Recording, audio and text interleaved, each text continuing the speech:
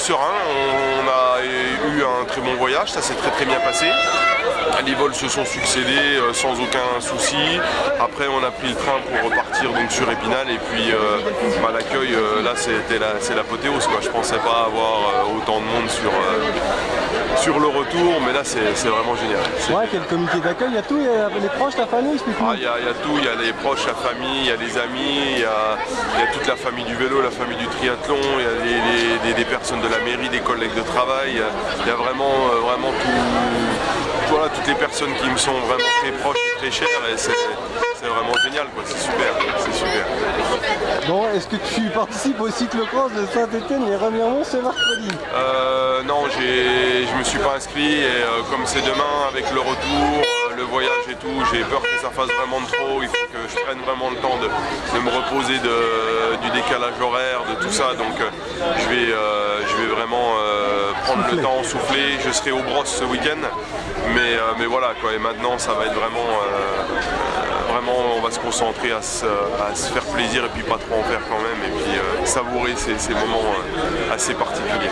Bon, top 20 à Muy et premier amateur, quel souvenir te laisse cette épreuve?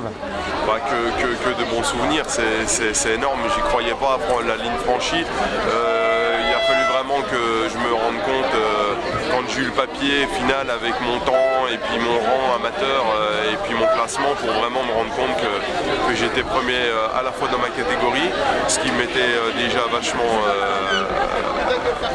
important pour moi, et en plus premier amateur, j'y croyais pas, donc et le soir lors de la réception de la remise des prix, c'est là où vraiment j'ai apprécié le côté championnat du monde avec la première place en amateur, la remise de la médaille et tout le reste derrière. Bon, c'est que tu as sur en VTT et dans les autres disciplines, tu sens que tu progresses? En natation, j'ai beaucoup progressé parce que j'ai fait un temps qui était relativement correct. Pour ce que j'ai pu faire jusqu'à présent, c'était même plus que correct. Et puis après le vélo, forcément, c'était fidèle à ce que je sais faire. Et puis la course à pied, j'ai vraiment fait une très belle course à pied.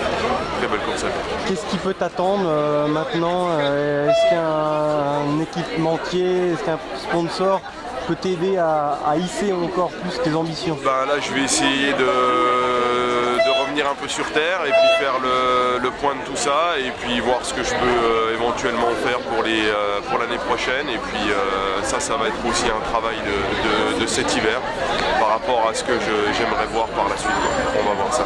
Oui, tu vas être en pleine recherche, pour l'instant il n'y a pas de contact quoi. Pour l'instant on était un peu coupé du monde, là on revient seulement de Hawaï, donc du coup j'avais coupé tous les téléphones et tout ça, donc là je pense que je vais prendre le temps de me poser et puis déjà revoir aussi tous les partenaires qui m'ont suivi jusque là, et grâce à eux que j'ai pu aller là-bas, donc faire les championnats du monde, et c'est vrai que je les en remercie aussi au passage, et puis la famille, les amis, et donc toujours leur être fidèle aussi, et puis voilà, en profiter avec eux et vraiment vivre ces moments-là avec les êtres qui me sont les plus chers. Bon, pour conclure, rassure-nous, tu as profité là-haut, vous êtes baigné, tu étais avec les autres Vosgiens aussi? Oui, on était une délégation de Vosgiens qui était assez sympa. On a passé du bon temps, en plus avec Émilie, ma compagne, on est resté donc une semaine après la compétition.